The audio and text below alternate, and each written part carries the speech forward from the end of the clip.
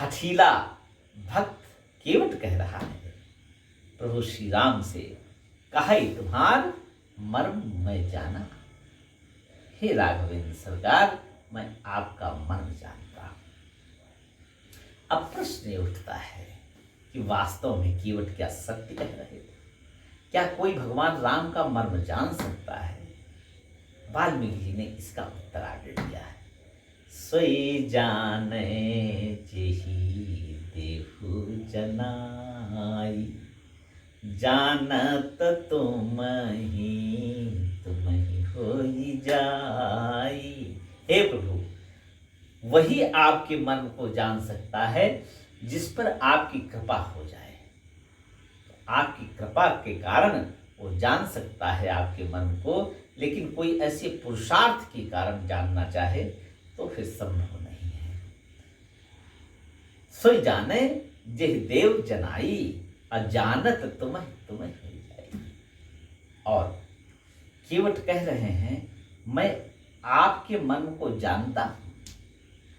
इसका तात्पर्य यह है कि भगवान राम ने केवट पर कृपा की और तभी केवट भगवान राम से कहते हैं कि मैं आपका मर्म जानता हूं। भगवान राम के मर्म को केवट ने कैसे जाना?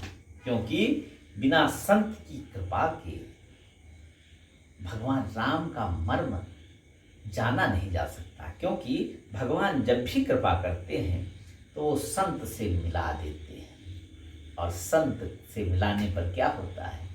राम भगति जहाँ सुर सरिधारा। भगवान राम की भक्ति रूपी गंगा नदी का प्रवाह निरंतर संतों के पास निरंतर बना रहता है।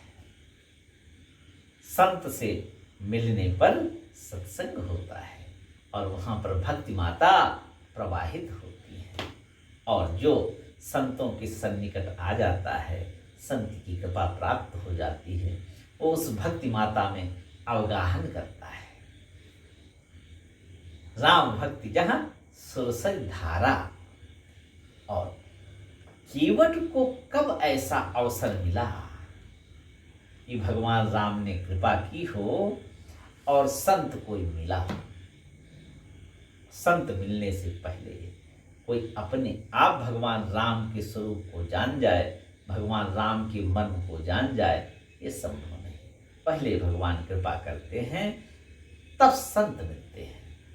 विभीषण जी ने सुंदरकांड में कहा, हनुमान जी से श्री परमाचार्य राम भक्त पवन पुत्र श्री हनुमान जी से विभीषण ने प्रथम अपनी मुलाकात में कहा, प्रथम परिचय में कहा, अब महि भा भरोस हनुमंता, बिनु हरि कृपा मिलहि नहीं संता। संत तो तभी मिलते हैं जब राघव कृपा करते हैं, और जो रघुवीर अनुग्रह कीन्हा, तो तुम मोहि तरस हठ दीना। जब रघुनाथ जी ने अनुग्रह किया है तब आपने मुझे दर्शन दिया है। इस सिद्धांत का प्रतिपादन गोस्वामी जी ने बड़े स्पष्ट अक्षरों में किया है, और इस सिद्धांत को अगर देखा जाए तो केवट को कब मिले कोई संत जिनके मुखारबिंद से भक्ति नदी का प्रवाह होते हुए उसने अवगाहन किया और भगवान राम का स्वरूप जान गया, भगवान राम का मन जान गया। इसका उत्तर इससे थोड़ा पहले चलने पर मिलता है। प्रभु राघवेंद्र सरकार जब निषाद राजगुह से मिले, निषाद राजगुह ने कहा कि हे प्रभु, बड़ी अच्छी बात हुई, मुझे आपकी सेवा का अवसर मिला। आप 14 वर्ष मेरे ही घर में रहिए। आप जिस तरह कहेंगे वैसे ही मैं आपकी सेवा करूंगा, वैसे रखूंगा, किसी तरह से आपको कष्ट नहीं होने दूंगा। तब भगवान ने निषाद राजगुह से कहा, मित्र, मुझे पिता ने जो आज्ञा दी है वो गांव में रहने के लिए उपयुक्त नहीं है। गांव में रहना मेरे लिए अनुचित है, क्योंकि पिता की आज्ञा ऐसी नहीं। निषाद राज बड़े आश्चर्य में पड़ गए। तब भगवान राम ने कहा कि बरस 4 10 बास वन, हे मित्र 14 वर्ष मुझे केवल वन में ही रहना पड़ेगा, और वन में रहना ही नहीं, मुनि वृत्त वेश आहार, मुनियों का सा जैसा मुझे आचरण करना पड़ेगा, और मुनियों का जैसा ही वेश मुझे धारण करने का, और मुनियों का ही जैसा भोजन करना पड़ेगा। और ऐसा सुनकर निषाद राज को बड़ा दुख हुआ कि इतने सुकोमल सरकार 14 साल तक अपनी प्राण प्रिया और अपने अनुज के साथ वन में रहेंगे। ग्राम वास नहीं उचित सुनि, गुह ही भयो दुख भार। दुख के भार से भारित हो गए निषाद राज। उसके बाद में एक सिंसुबा अर्थात अशोक के वृक्ष के नीचे कोमल पत्ते और पुष्प बिछा करके निषाद राज और लक्ष्मण जी ने भगवान राम और सीता जी के शयन की व्यवस्था की, और मंत्री सुमंत जी के लिए भी कुछ दूर पर विश्राम करने की व्यवस्था करती है। और लक्ष्मण जी ने देखा कि भगवान अब सो गए। लक्ष्मण जी चरण चाप रहे थे और भगवान राम मधुर मधुर कथाएं सुनाते सुनाते सरकार सो गए। और लखन ने देखा कि भगवान सो गए, और देखा कि सुमंत जी भी सो गए। फिर उसके बाद में लक्ष्मण जी धनुष पर बाण चढ़ाकर और जागने लगे। जागन लगे बैठ वीरासन। और निषाद राजगुरु ने जब देखा लक्ष्मण जी पहरा दे रहे हैं, धनुष पे बाण चढ़ाकर लक्ष्मण जी को पहरा देते देखकर निषाद राज ने अपने जो विश्वास पात्र थे निषाद केवट, उनको बुलाया और सबको चारों तरफ पहरेदारी में लगा दिया। और आप लखन पर बैठे हो जाइए, आप लक्ष्मण जी के पास बैठ गए, और उन्होंने भी धनुष पर बाण चढ़ा दिया। अब 2 पहरेदार लक्ष्मण जी और निषाद राज गुह, और गुह के लगाए हुए अन्य पहरेदार, और राघव सरकार और जगत जननी सीता जी उस अशोक वृक्ष के नीचे सो रहे हैं। उसी समय भगवान श्री राघवेंद्र सरकार को और विदेह नंदिनी सी जानकी जी को सोते हुए भूमि पर जब निषाद राज ने देखा तो उनको बड़ा दुख हुआ, और उन्होंने कैकेयी माता को खरी खोटी सुनाना चालू कर दिया। तब लक्ष्मण जी ने कहा, भैया कोई किसी का दोष नहीं है, किसी का दोष नहीं है। और मुझे जानते हो, फिर ज्ञान का उपदेश लक्ष्मण जी ने जो दिया है वो श्रीमद् रामचरितमानस में लक्ष्मण गीता के नाम से जाना जाता है। और लक्ष्मण जी ने उपदेश देते देते कहा, जानिए तब है जीव जग जागा। इस संसार में जानते हो जीव को कब जागा हुआ मानते हैं। हम लोग यहाँ जाग रहे हैं, लेकिन वस्तुतः इस जागने को जागना नहीं कहते। जानिए तब है जीव जग जागा, जब सब विषय विलास विरागा। जब सब विषयों से और ऐश्वर्य चकाचौंध से सुख प्राप्त करने की जो कामना है उससे वैराग्य हो जाए।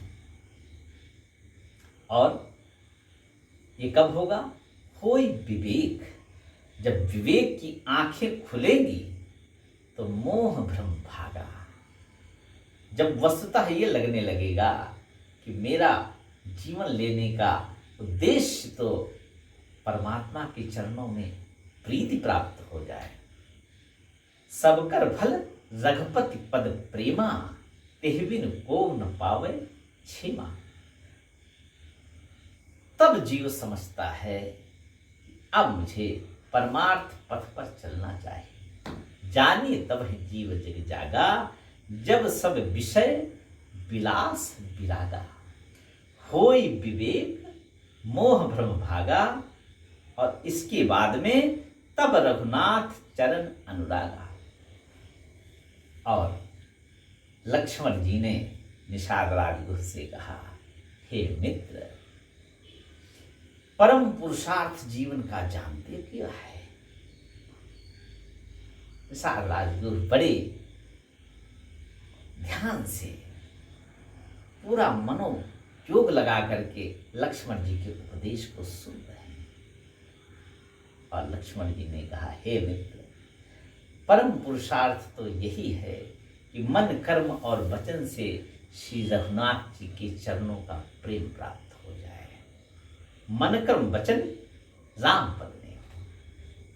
लक्ष्मण जी ने कहा, सखा, परम परमार्थ एहू मन क्रम वचन राम पद ने हूं। मन कर्म और वचन से श्री राघवेंद्र सरकार के चरणों में प्रीति हो जाए, यही परम पुरुषार्थ है जीवन का। और उसके बाद में उपदेश देते रहे लक्ष्मण जी, सखा परम परमार्थ एहू मन क्रम वचन राम पद ने हूं। और सकल सुकृत कर बड़ फल हो। सभी सुकृतों का सबसे बड़ा फल है कि भगवान राम के चरणों में प्रीत हो जाए। सखा समुच परिहरि मोहू, श्री रघुवीर चरण रत हो। ऐसा समझ करके अज्ञान छोड़ दो कि किसी ने किसी को दुख दिया, किसी ने वन में निकाला। ये मोह है, ये अज्ञान है, ये संसार चल रहा है माया से। सखा समझ परिहर मोह, श्री रघुवीर चरण रत हो। और रात भर भगवान राम के गुणों का गान लक्ष्मण जी कहते रहे और निषाद राज वो सुनते रहे। कहत राम गुण भाव सारा। पूरी रात बीत गई और लक्ष्मण जी उपदेश देते रहे और निषाद राजपूत सुनते रहे। यह जो उपदेश था ये तब तक चला जब तक रघुनाथ जी सोने से उठ नहीं गए। कहत राम गुण भाभिन सारा, जागे जगमंगल सुखदारा।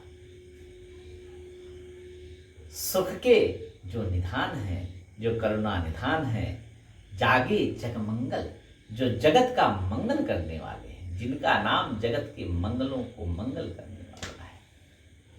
मंगल भवन अमंगल हारी, उमा सहित जे जपत पुरारी। जिनके नाम को श्री भगवती पार्वती जी के साथ शंकर जी जपते हैं और जिनका नाम मंगलों का भवन और अमंगलों का हरण करने वाला है, ऐसे श्री रघुनाथ जी के चरित्र को रात भर लक्ष्मण जी निषाद राजगुरु से उपदेश करते रहे। और ये जो उपदेश था कि सखा परम परमार्थेहु, मन क्रम वचन राम पद नेहु, इस उपदेश को वो मल्लाह भी सुन रहा था जो अभी नाव लेकर गंगा जी के तट पर बैठा है। और भगवान राम उससे कह रहे हैं कि केवल भैया नाव ले आओ, मुझे पार जाना है। और ये अटपटा भक्त भगवान का कह रहा है मैं नाव नहीं लाऊंगा। क्यों? ये कह रहा है कि मैं आपके मन को जानता हूं, और मर्म तो वही जान सकता है जिसने संतों का संग किया हो। और एक रात के संत के संग से, एक रात के लक्ष्मण जी के उद्बोधन से इसके ज्ञान चक्षु खुल गए, इसका विवेक उदय हो गया। ये समझ गया कि भगवान परम कारुणिक हैं और मेरे पास आए हैं। एक बार जिसको अपना लिया अब उसको छोड़कर जाने वाले नहीं हैं। और परम पुरुषार्थ तो यही है कि इनके चरणों को पकड़ा जाए।